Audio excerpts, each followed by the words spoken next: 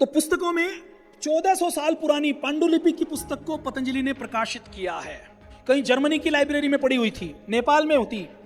उस समय के वैद्य ने, जिसका पिताजी वैद्य था, जिसका दादाजी वैद्य था, जिन्होंने चरक सुश्रुत संहिता को पढ़ा, जिन्होंने लाखों रोगियों के ऊपर एक्सपेरिमेंट किया, उन्होंने अपने जीवन का निचोड़ एक पांडुलिपि में लिखा। वो पांडुलिपि जो लाखों की संख्या में तो नष्ट हो गई, कुछ पांडुलिपियां अलग अलग जगह पर रखी हुई थी। मुगलों का आक्रमण हुआ तो उस समय मुगलों के एक सहयोगी राजा थे, तो वो जब आक्रमण करने के लिए जाते थे तो उनको कुछ पांडुलिपियां मिलती थी, तो वो बचा लेते थे कि भारतीय ज्ञान परंपरा है। तो बीकानेर के राजा गंगा सिंह ने अपनी लाइब्रेरी बनाई हुई थी जिसमें बहुत सी पांडुलिपियां थी। नेपाल में बहुत सी पांडुलिपियां, जर्मनी में बहुत सी पांडुलिपियां।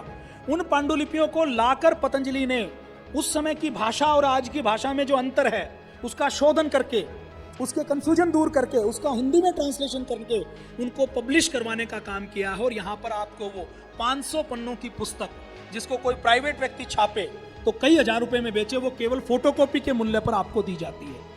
और ऐसी कई पुस्तक पतंजलि ने छापी है। पतंजलि सबके ऊपर दवा नहीं बनाती है, एक पुस्तक में हजारों फार्मूले लिखे हुए हैं अलग अलग बीमारियों के, और जो प्रामाणिक है, जो वैद्यों ने जो लिखे हैं, उन सारे फार्मूलों पर पतंजलि दवा नहीं बनाती, क्योंकि हर एक पर बनाना मुश्किल है। लेबल बनाना, दवा बनानी, डिब्बा बनाना, परमिशन लेना, तो पतंजलि उनके ऊपर खुद दवा नहीं बनाती।